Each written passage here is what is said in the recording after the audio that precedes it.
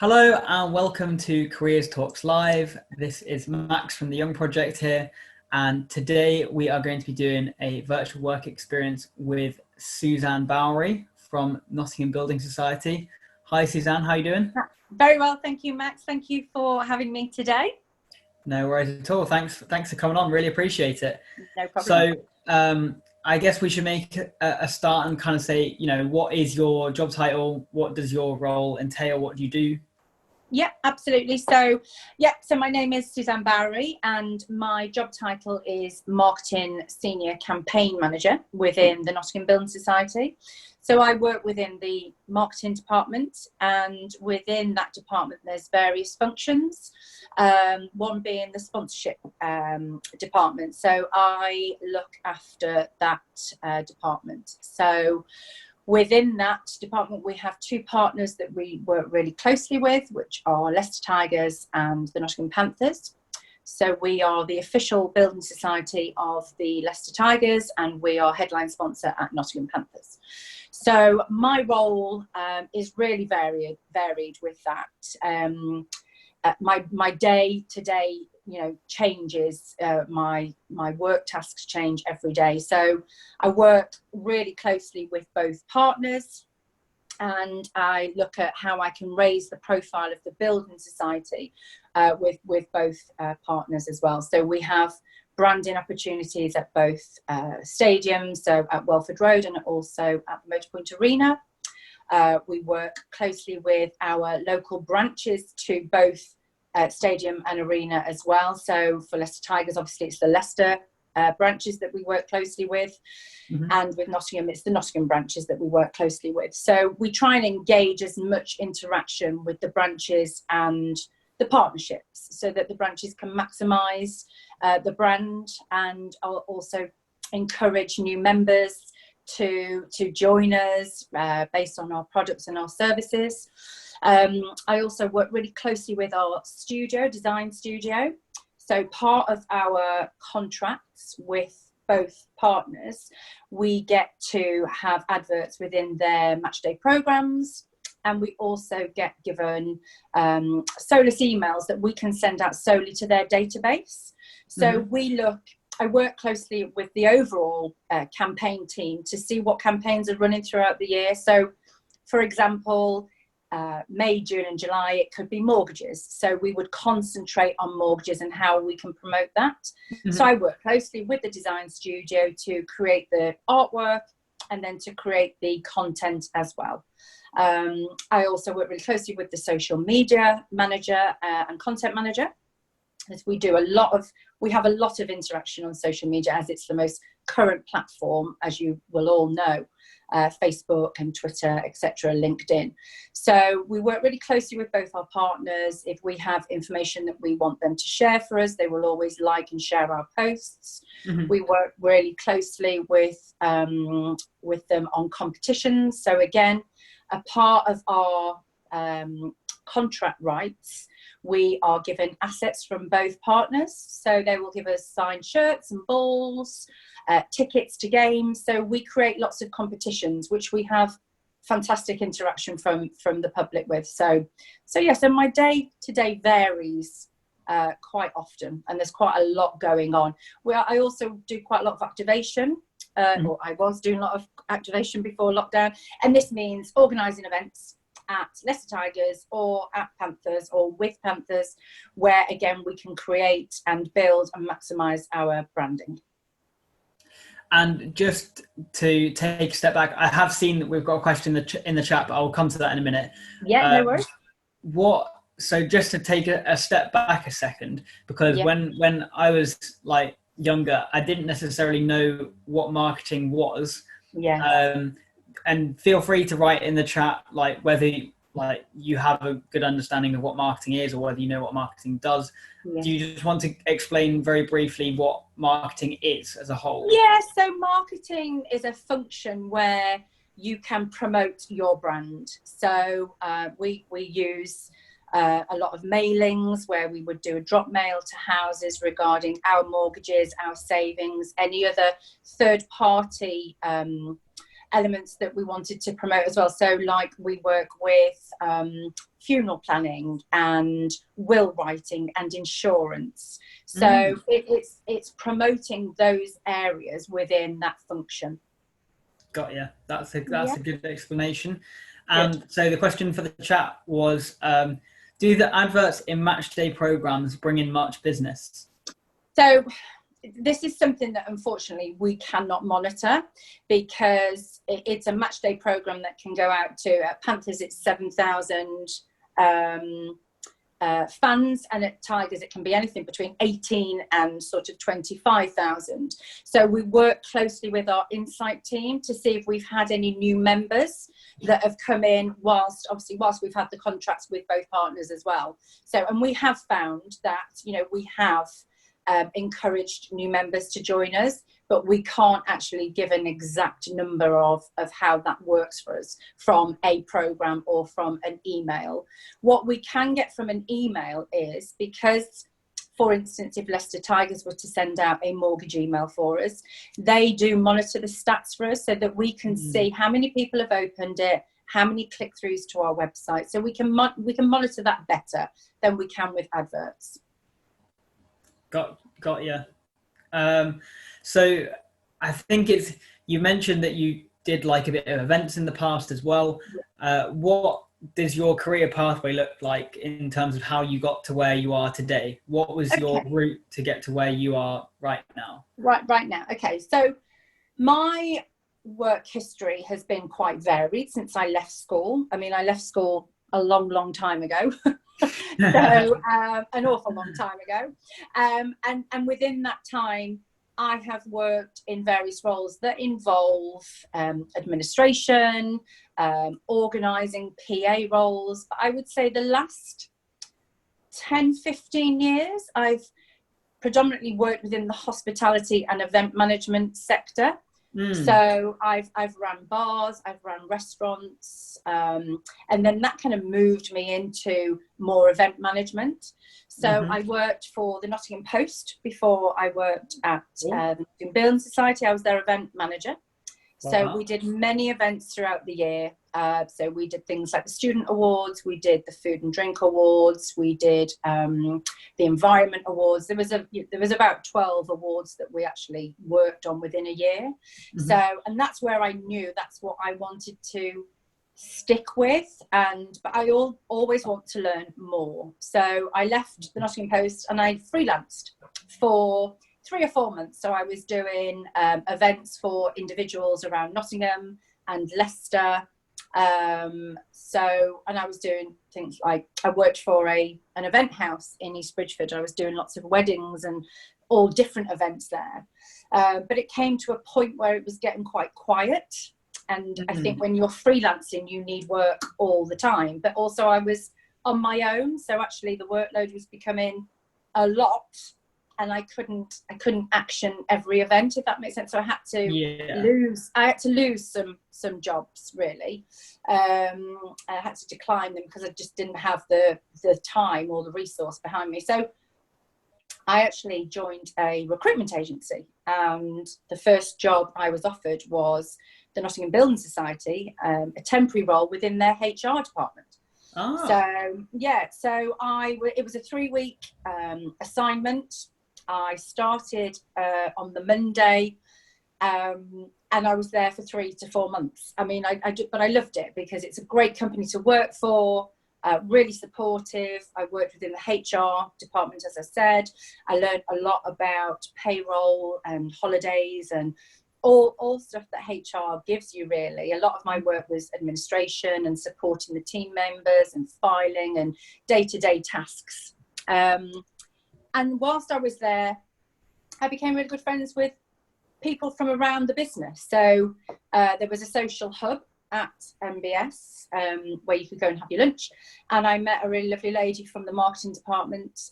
We got talking and she said to me, because she was asking me what my role was and how long I was there for. And I said, it was just a temporary assignment, but they keep signing me for another week and another week. So obviously the job was increasing. There was a lot of work to do.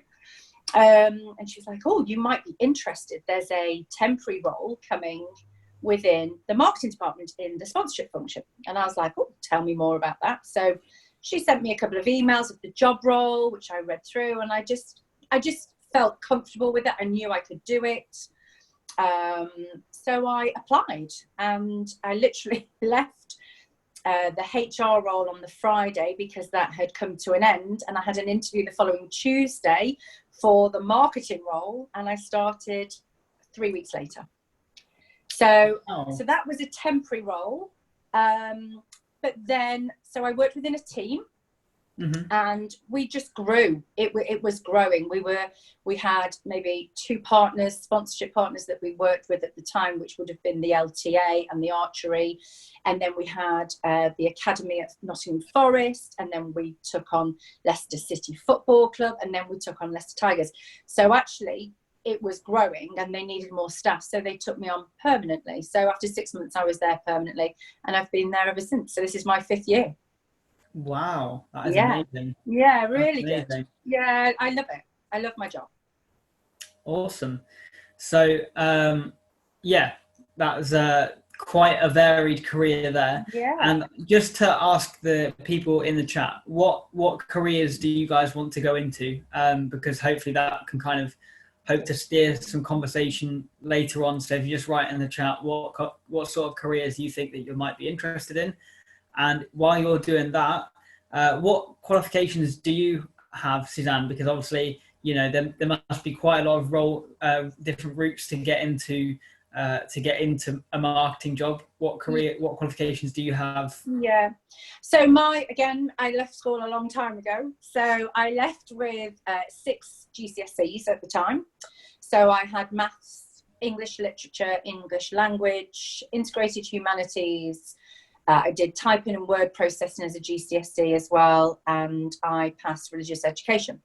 So when I was at school, after my exams and I'd got my results, I just wanted to go into the working world and earn money.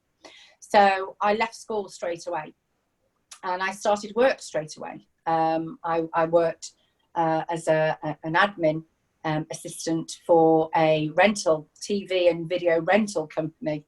I mean, we're talking 30 years ago, but I just wanted to earn money. I wanted to get out there and see the big wide world and see how it worked, and that was my choice. In hindsight, I wish I'd stayed at school and furthered my education, but it hasn't. I don't feel like it's hindered me, because I think I've self-taught myself along the way within the many different roles that I've had. So, for me, having a varied work history has benefited me in the long run because I've learned so much along the way. Excellent.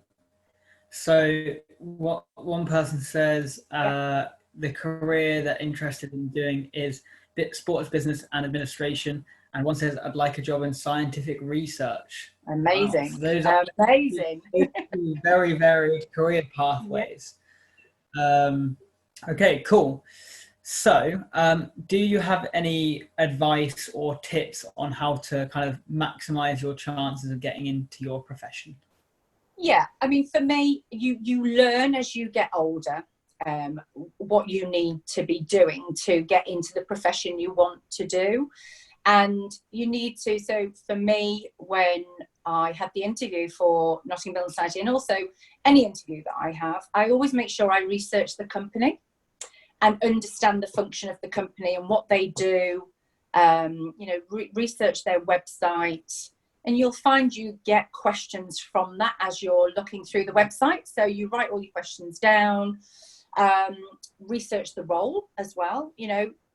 If this is the job that you want to do, you have to love and enjoy it because it takes up most of your time. So, and if it is the job you want to do and the company is interesting, you're going to learn so much because you will push yourself to learn.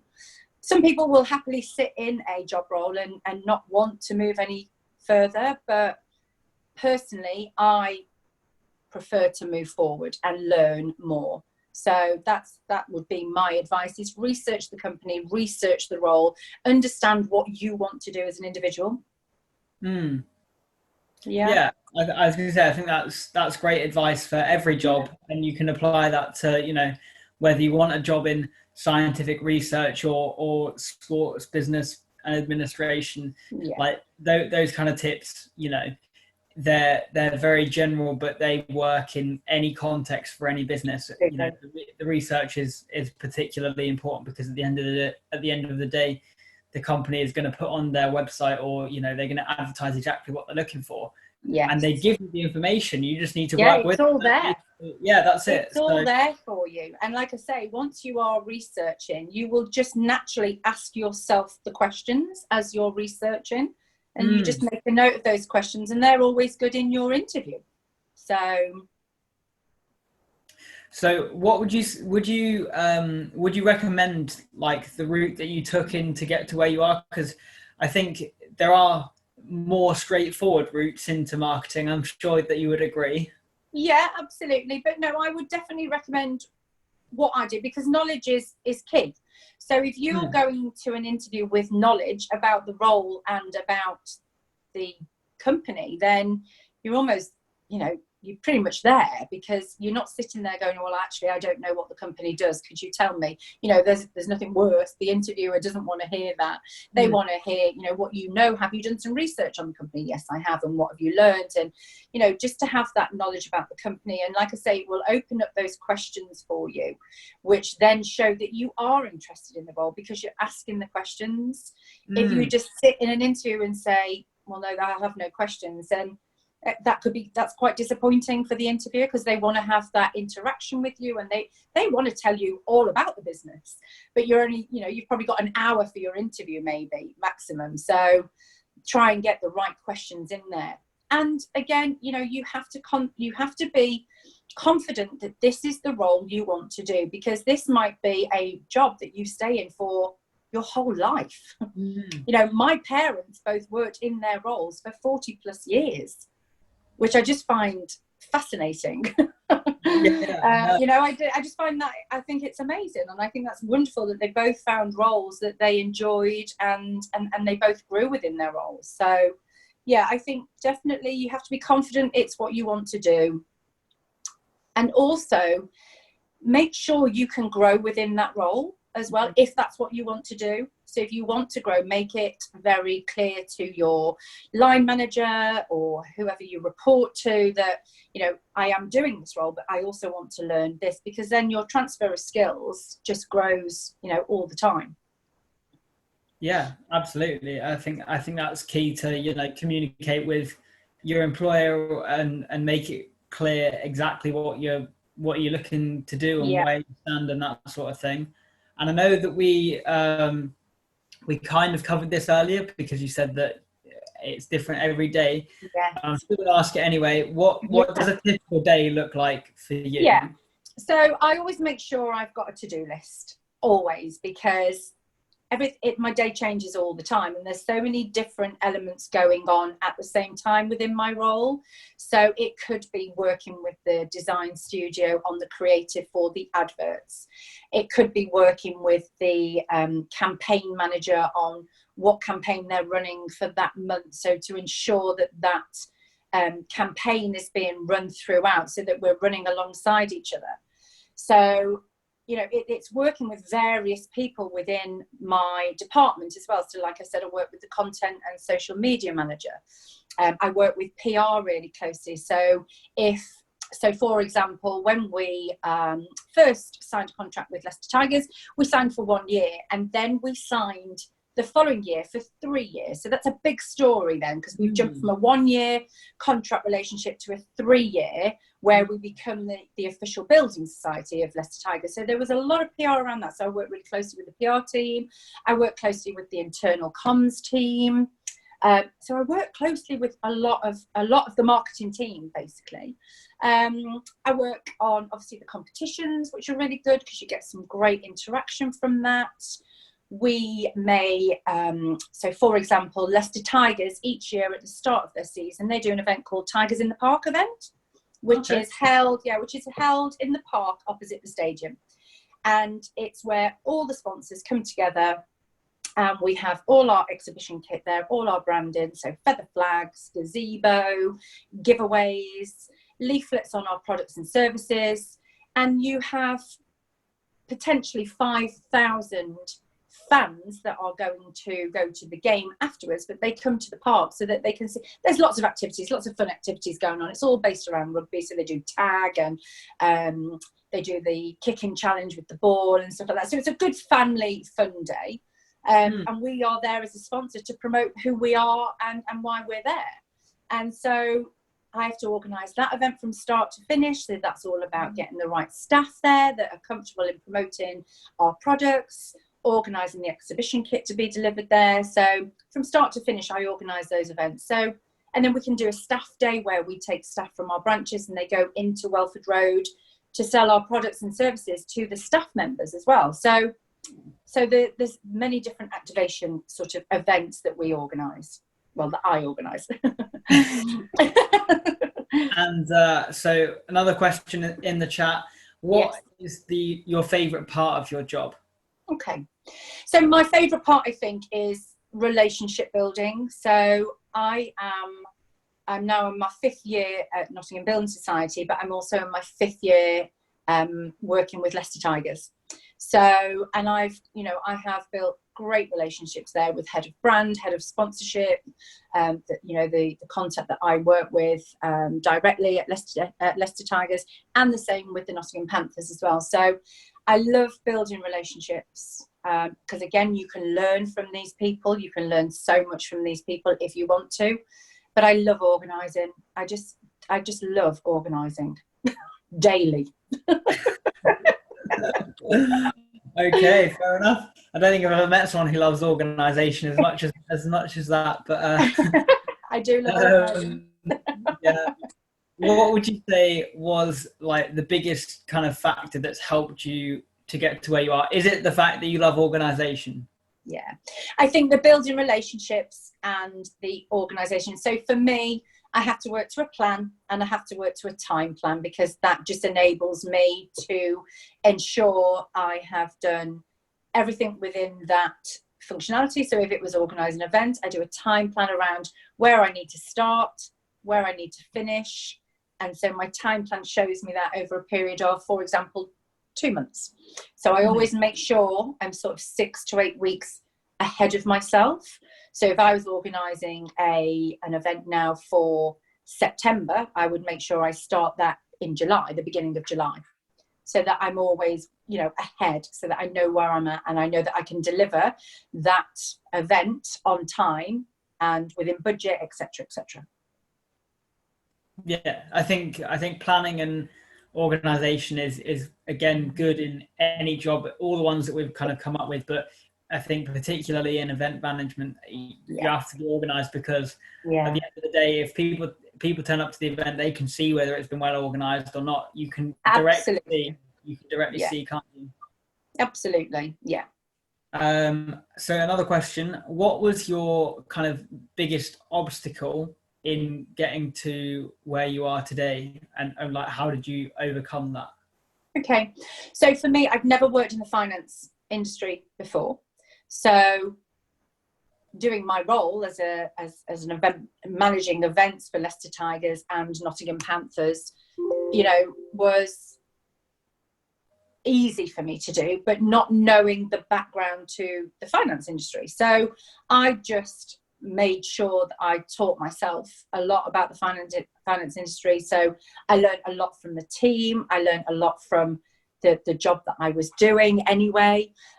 So I would say my confidence has grown over the years with the finance industry. There's a lot in the finance industry in terms of compliance and risk, that you've got to make sure you're giving out the correct message at all times. So everything that we do in terms of PR and promotion and print always has to go through our in-house approval system anyway.